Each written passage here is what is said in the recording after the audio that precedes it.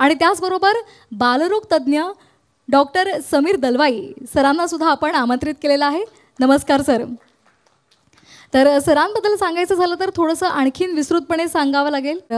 Doctor Sameer Dalwai सरांसंदर्भात जर सांगायचं झालं तर महत्त्वाचा मुद्दा हा आहे की त्यांनी लहान मुलांमध्ये खूप मोठ्या प्रमाणावर संशोधन केलेलं आहे. म्हणजे लहान मुलांचा विकास आणि त्याचबरोबर त्यांची वर्तणूक या क्षेत्रामध्ये त्या शास्त्रामध्ये सुद्धा ते पारंगत आहेत आणि अनेक मुलांवर त्यांनी उपचार केलेले आहेत, रुग्णांवर त्यांनी उपचार केलेले आहेत. त्यामुळे त्या संदर्भात आपण त्यांच्याकडून सुद्धा जाणून घेणार आहोत. नमस्कार सर, आपलंही स्वागत. सर, महत्त्वाचा मुद्दा मी तुमच्याकडे पहिल्यांदा येणार आहे तो यासाठी कारण हल्ली डिजिटलायझेशन झालेलं आहे. खूप मोठ्या प्रमाणात आपण गॅजेट्स वापरतो. तर सुरुवातीला जर लहान मुलांपासून जर आपण सुरुवात केली तर आईच्या गर्भापासूनच ती मुलं खरं तर मोबाईलचा वापर करतात, गॅजेट्सचा वापर करतात.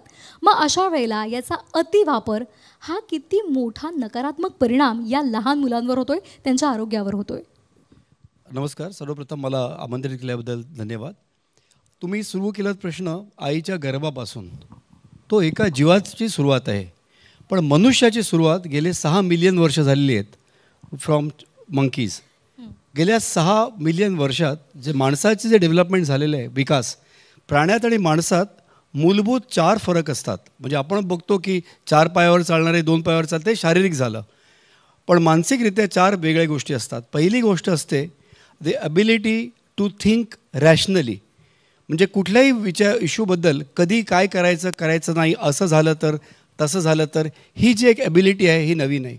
दुसरी गोष्ट आहे की एक आपण कम्युनिकेशन करू शकतो. म्हणजे माझ्या मनातली गोष्ट मी तुमच्यापर्यंत पोचवू शकतो, तुमच्या मनातली गोष्ट माझ्यापर्यंत येऊ शकते. तिसरा मोठा भाग असतो की डिलेड ग्रॅटिफिकेशन. म्हणजे मला आता भूक लागलेली असेल, चहा प्यायचा असेल, पण आता आपण बोलतोय I will be able to delay it. आणि सर्वात मोठा फरक असतो प्राण्यात आणि माणसात की आपण एकामेकांशी संवाद घालून एक प्लॅन करून एका पर्टिक्युलर गोष्टीकडे आपण काम करू शकतो. हे केल्यामुळे संकल्पना जी येते की एक फॅमिली आहे, एक गाव आहे, एक नगर आहे, देश आहे, धर्म आहे, ह्या सर्व कल्पना ज्या आहेत ह्या आपल्या फ्रंटल ब्रेन जो आपण म्हणतो त्याच्यामुळे आपल्याला माणसाला त्या प्रवृत्त आहेत. मुद्दा असा आहे की गेल्या 6 मिलियन वर्षांमध्ये जो बदल होत गेला समाजात राहिल्यामुळे ते आपल्या जीन्समध्ये आलं आणि म्हणून नेक्स्ट येणाऱ्या मुलाला, त्या गर्भात येणाऱ्या मुलाच्या ब्रेनमध्ये ती डेव्हलपमेंट झाली. पण ब्रेन घेऊन आलेलं मूल जरी समाजात आल्यानंतर ज्या 4 गोष्टी शिकण्यासाठी त्याला शाळा किंवा गॅजेट्स लागत नाही, त्याला समाज लागतो. लोकांशी कसं वागायचं, कसा विचार करायचा, कुठे काय बोलायचं, ह्या गोष्टीला समाज लागतो. म्हणजे आई, बाबा, काकी, मावशी, आत्या, मामी, शेजारच्या काकू, नंतर शाळा. आजच्या जीवनात आपण जर बघितलं, जन्माला येणारं मूल जे आहे ते आल्यानंतर अगदी 3-4 महिन्यात आपण त्याच्या हातात मोबाईल देतो किंवा त्या टॅबलेटवर तो व्हिडिओज बघत असतो. आणि त्याचं मेन कारण साहेब ह्यासाठी आहे कारण कोणाला घरी वेळ नसतो त्या मुलाला भरवण्यासाठी, आणि गपागप खावं त्याने म्हणून त्याला आपण ते टॅबलेट दाखवतो आणि ते भरवत असतो. ती सवय लागते टी व्ही बघण्याची, हा एक मुद्दा. पण माणसांकडून आपण दूर होतो, तो जो कट होतो तिकडे, दॅट इज द रिअल घातक थिंग. आणि म्हणूनच आपल्याला माहीत आहे की डिजिटलमुळे एवढे प्रॉब्लेम्स आहेत, पण आपण थांबवू का शकत नाही. कारण आपण एक कळत नाही की डिजिटल ॲडिक्शनला अँटीडोट एकच आहे, ह्युमन टाईम.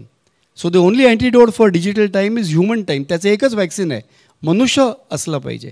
मग ती आईच असली पाहिजे आणि तिने जॉब करू नये वगैरे असं मी म्हणत नाही, पण कोणतरी असलं पाहिजे त्या मुलाशी एंगेज करतं आहे. कारण आपण जेव्हा एकामेकाशी एंगेज करतो तेव्हा आपला विचार ह्या 4ही गोष्टी मी सांगितल्या त्या चाललेल्या असतात. मी असेस करतो आहे की तुम्हाला मी जे म्हणतो आहे ते किती आवडतं आहे, नेमका किती वेळ राहिला मला उत्तर द्यायला वगैरे वगैरे. हे आपण डिजिटल मोबाईलकडून किंवा AI पण शिकू शकत नाही, कारण ते लार्जली वन वे असतं. तेव्हा हा जो ब्रेन आहे मुलांचा, जन्माला येणाऱ्या मुलांचा ब्रेन नॉर्मल आहे, पण त्याला जे लागणाऱ्या गोष्टी आहेत संगोपनासाठी, फॉर एक्झाम्पल आपल्याला जेवायला फॅट्स पाहिजे, साहेब म्हणाले प्रोटीन्स पाहिजे, हवा पाहिजे, पाणी पाहिजे, तसंच ब्रेनच्या सोशल डेव्हलपमेंटसाठी समाज पाहिजे. आणि तो आपण दूर करत चाललो आहेत. स्मॉल फॅमिली, आणि स्मॉल फॅमिलीपेक्षा आपल्याला वाटतं नाही काकीकडे जाऊन काय शिकणार आहे, त्या मावशीकडे कशाला जायचं, तू इथे बस आणि मोबाईलवर बघ, किंवा मी लॅपटॉप आणून देते, तू ॲप म्हणजे ॲपवर बघ. आणि आता बाबा माझा मुलगा आहे की नाही, आता ॲप वगैरे त्याला वापरता येतं. ह्या ज्या चुकीच्या मार्केटिंगच्या कल्पना आपल्या डोक्यात घातलेल्या आहेत, ह्याच्यामुळे कुठे समाज हा दूर चालला आहे. आपणच मुलांना काकी, मावशी, आत्या, मामीकडे नेत नाही. आणि हे सोशल कल्चरल चॉईस नाही, ही मेडिकल किंवा सायंटिफिक डेव्हलपमेंटल गरज आहे. आणि म्हणून मी म्हणतो की ऑटिझमच्याबद्दल आपण नवीन जीन्स शोधतो आहे, औषधं म्हणजे काहीतरी मॉलिक्यूल शोधतो आहे, की आपण म्हणतो हवामानामुळे होतं आहे, ते मला काही वाटत नाही त्याच्यातलं. मला असं वाटतं की जीन्स बरेचसे नॉर्मलच आहेत, पण नॉर्मल जीन्सना एक्सप्रेस करायला जो समाज लागतो, जो आपण 6 मिलियन इयर्सपासून माणसाला मिळाला आहे, म्हणून माणूस सोशल ॲनिमल झालेला आहे. जर तो समाजच आपण पहिल्या 1000 दिवसात काढला तर मुलांची जे डेव्हलपमेंट आहे ती विकृत होते. आणि म्हणून आज आपण बघतो की ऑटिझम नसेल, ADHD नसेल, IQ चांगला असेल तरी मुलं शांत बसू शकत नाही, धावपळ करत असतात, गरज नसेल तेव्हा बोलतात. All these developmental problems are coming not because of a bad gene but because absence of a good environment, असं मला वाटतं. अगदी जसं तुम्ही सांगितलं की सामाजिक वातावरण जे आपण त्यांना निर्माण करून दिलेलं आहे आणि त्यामुळे या सगळ्या समस्या उद्भवत आहेत. पण सर आणखी एक त्यामधलाच एक महत्त्वाचा मुद्दा आहे की आता समस्या तर उद्भवलेल्या आहेत, पण मग त्या कमी करण्यासाठी किंवा त्या दूर करण्यासाठी पालक म्हणून, समाज म्हणून आपण काय केलं पाहिजे की या सगळ्या समस्या आपल्याला दूर सारता येतील? सर्वात पहिले हे मान्य केलं पाहिजे की TV मोबाईल दाखवून खूप खूप चांगलं होणार आहे मुलाचं असं नाही, काय आईन्स्टाईन होणार आहे असं अजिबात नाही. कारण आईन्स्टाईनने कधीच TV मोबाईल पाहिला नव्हता तरी तो आईन्स्टाईन झाला. पण ही जी खोटी कल्पना, फसवी कल्पना जी मार्केटिंगद्वारे आपल्या डोक्यात टाकली जाते, so that every 6 months we buy a new phone, हे आपल्याला अंडरस्टँड करायला पाहिजे and that we have to tell people.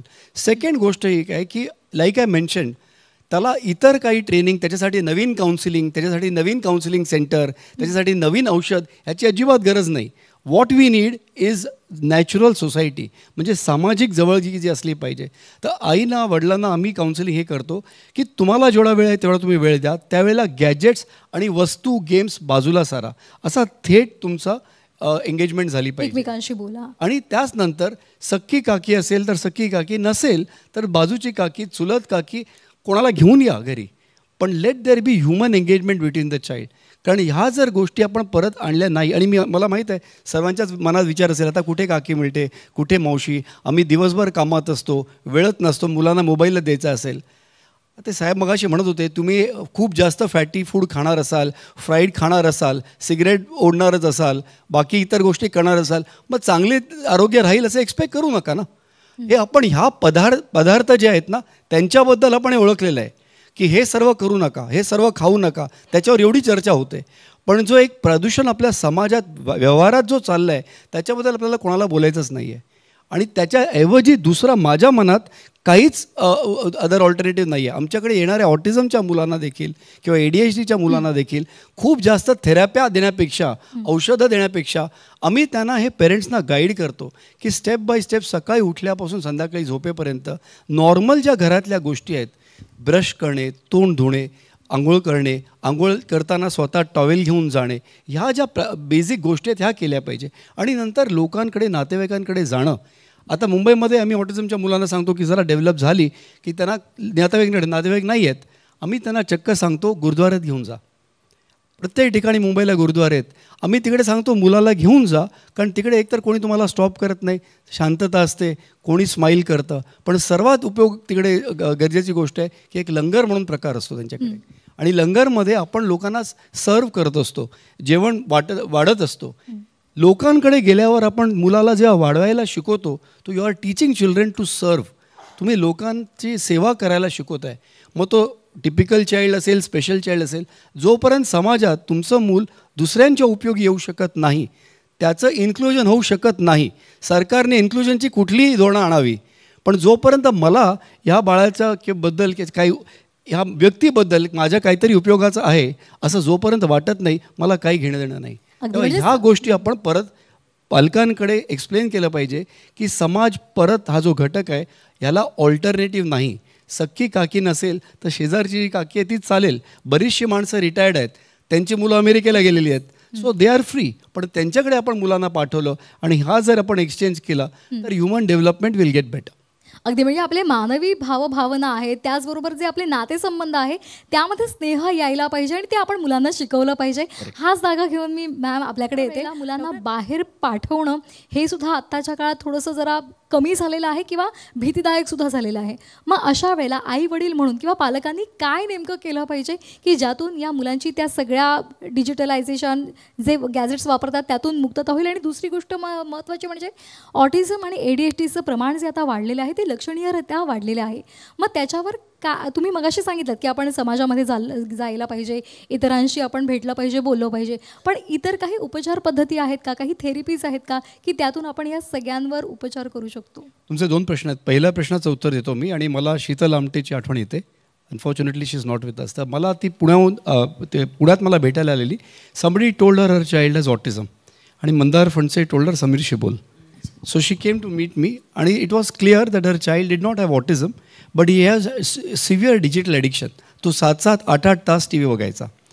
मग आम्ही एक कल्पना आयडिया केली की तिला म्हटलं की तुम्ही जिथे काम करता आनंदमध्ये there are so many other mothers. तर मुलं शाळेतून घरी आली की आया कामाला असतात, मग सर्व TV लावून बसलेले असतात किंवा आजीकडे वगैरे. तर वी डिड अ एक्सपेरिमेंट की तुम्ही एक 6 आया अशा एकत्र या आणि one of you take off every day, half day. म्हणजे मुलं जेव्हा घरी येतील तेव्हा एका आईने ऑफ घ्यायचं. आणि आईनेच केलं पाहिजे असं काही नाही, जेंडर स्पेसिफिक नाही आहे, वडील पण करू शकतात. पण एक पालक घरी राहायचं आणि इतर सर्व 6 मुलं तुमच्या घरी येणार आणि ते 3-4 तास तुमच्या घरी राहणार. मग त्या आईने तिला जसं वाटेल त्या प्रकारचे खेळ खेळावे, त्या प्रकारे बोलावं, त्या तिच्या घरचं जेवण द्यावं वगैरे. Next day she goes back to work, the other mother takes off, all the children go to their house. This actually work in her house and we also did this in Mumbai during Covid. आता हे केल्यानंतर शाळेतल्या प्रत्येक ह्या मुलांना complaint यायची टीचर्सची की तुमचं मूल हे करते, ते करते, हायपर ॲक्टिव्ह आहे, शांत बसत नाही, पुश करतं, ऐकत नाही. हे आम्ही असं केल्यानंतर 2-3 आठवडे पालकांनी हे केलं. अगदी 2-3 आठवड्यानंतर परत शाळेत बोलवलं गेलं त्यांना. आणि ॲक्च्युली गोष्ट आम्ही जस्ट आफ्टर कोविड आम्ही हे ट्राय केलं. पण आता परत आम्हाला का शाळेत बोलवलं, तर त्यांना पालकांना विचारलं टीचरने की तुम्ही केलं काय नेमकं मुलांचं. Now look at the improvement in the behaviour. कुठली औषधं दिलीत, कुठल्या डॉक्टरकडे नेलात. आणि काही औषध डॉक्टरकडे काही नाही. कारण काय होतं, मुंबईमध्ये आपण एका फ्लॅटमध्ये आपण राहतो. एका फ्लॅटमध्ये एक मराठी कुटुंब असतं, एक मल्याळी कुटुंब असतं, एक गुजराती असतं, एक साऊथ इंडियन असतं. आपण जेव्हा आपल्या मुलांना प्रत्येकाच्या घरी पाठवतो तेव्हा प्रत्येकाचे थोडेसे संस्कार वेगवेगळे असतात. वेगवेगळेपणा जेव्हा आपलं मूल बघतं तेव्हा त्याच्या ब्रेनची ॲक्च्युली डेव्हलपमेंट होते. आपण 10 वर्ष 5 किलोचाच डंबेल उचलत राहिलो तर काही नवीन मसल डेव्हलप होणार नाही. आपल्याला डायव्हर्सिटी लागते, ब्रेनला त्याहून जास्त डायव्हर्सिटी लागते. आणि विशेषतः मुलांच्या ब्रेनला डायव्हर्सिटी ॲक्सेप्ट करून ग्रो करायचं पोटेन्शियल मॅक्झिमम असतं. तर त्या वयात आपल्याला मॅक्झिमम जेव्हा आपण लोकांच्या घरी जातो आणि त्या 6 यांच्या घरी जाऊन झाल्यानंतर दे लर्न्ड ऑल दीज थिंग्स. याच्यासाठी ट्रीटमेंटची गरज नव्हती. ऑटिझम असेल किंवा ADHD असेल, अनफॉर्च्युनेटली त्याच्यात चूक अशी आहे की आपण ते सिम्पटम्स बघत असतो आणि त्या सिम्पटम्सना आपण नाव देतो, पण ट्रीटमेंट सिम्पटमचीच करतो. उदाहरणार्थ, ज्या मुलाला किंवा एका व्यक्तीला आय कॉन्टॅक्ट नसेल, हाक मारल्यावर लक्ष देत नसेल, कुठे कसं वागायचं माहीत नसेल, हायपर ॲक्टिव्ह असेल, इशारे कळत नसतील, करता येत नसतील, बोललेलं कळत नसेल, बोलता येत नसेल आणि रिपीटेड गोष्टी करत असेल, ज्या एका मनुष्यात ह्या 6 किंवा 7 लक्षणं आहेत, त्यांचा शॉर्टकट शब्द आहे ऑटिझम. ऑटिझम हा इटिओलॉजी नाही. म्हणजे मलेरियामध्ये आपल्याला ताप येतो, थंडी भरते, त्याला आपण मलेरिया म्हणतो, पण प्लाझ्मोडियम फॅल्सिपॅरम किंवा वायवॅक्समुळे मलेरिया हे सिम्पटम्स येतात. अनफॉर्च्युनेटली ऑटिझम आणि ADHD मध्ये एक थोतांड असं आहे की आपणच आईला विचारायचं मुलगा हायपर ॲक्टिव्ह आहे का, हे आहे का, ते आहे का, आणि 9 प्रश्नांपैकी 6 प्रश्न जर हो आले तर त्याला ADHD असं नाव द्यायचं. पण जे आपण लोकांना जे विचारतो आणि पेरेंट्स सांगतात दीज आर ऑल सिम्पटम्स, लक्षणं आहेत. म्हणजे कुठेतरी लक्षणांना घेऊन आपण त्याचा विकार निर्मित करतो आणि ट्रीटमेंट प्रोड्यूस करतो. But the treatment also is लक्षणार्थकच. म्हणजे ताप 104 असेल आणि 3 वेळा थंडी भरली तर मलेरिया आहे, 102 आला आणि 2 वेळा थंडी भरली तर मलेरिया नाही, पण दोघांना द्यायचं पॅरासिटामॉल. म्हणजे ट्रीटमेंट द्यायची हायपर ॲक्टिव्हिटीची, स्पीचची. तर हे कुठेतरी चुकीचं आहे. ह्या सर्वाच्या पाठी आपल्याला एक लक्षात आलं पाहिजे की एवढ्या प्रमाणात का ऑटिझम वाढत चाललं आहे, एवढ्या प्रमाणात ADHD का वाढत चाललं आहे. खरं कारण ह्याच्यात आहे की समाज जो आपल्याला लागतो पहिल्या 1000 डेजमध्ये, फर्स्ट 1000 डेजमध्ये for the brain to actually develop, तो जर विकृत झाला तर मुलांची डेव्हलपमेंट ही विकृत होणार सर्व मुलांची. त्याच्यात थोडाफार काहीतरी जेनेटिक प्रॉब्लेम असलेल्या मुलाची विकृती जास्त दिसून येणार आणि मग त्याला आपण ऑटिझम किंवा ADHD म्हणू. तर त्याला ट्रीटमेंटच्या अगोदर प्रिव्हेंटिव्ह तुम्ही जर कार्डियकचं असं म्हटलं ते करणं गरजेचं आहे आणि समाजात एक्सप्लेन केलं पाहिजे की आपल्याला माणसासारखंच राहावं लागेल. आपण ऑटोमेशन किंवा रोबोटसारखे राहिलो तर आपल्या मुलांना हे प्रॉब्लेम होणार. आणि साधारण कोरोनानंतर हे प्रमाण वाढलेलं आहे लहान मुलांमध्ये. फक्त ह्यासाठी की कोरोनामध्ये आपण एक्सेप्ट केलं की education is also online. We gave it acceptance की social media, we cannot live without social media, we cannot study without social media. त्याच्यामुळे हा फरक झालेला आहे. आणि कोरोना गेला तरी ह्या सवयी काय गेलेल्या नाहीत. अगदी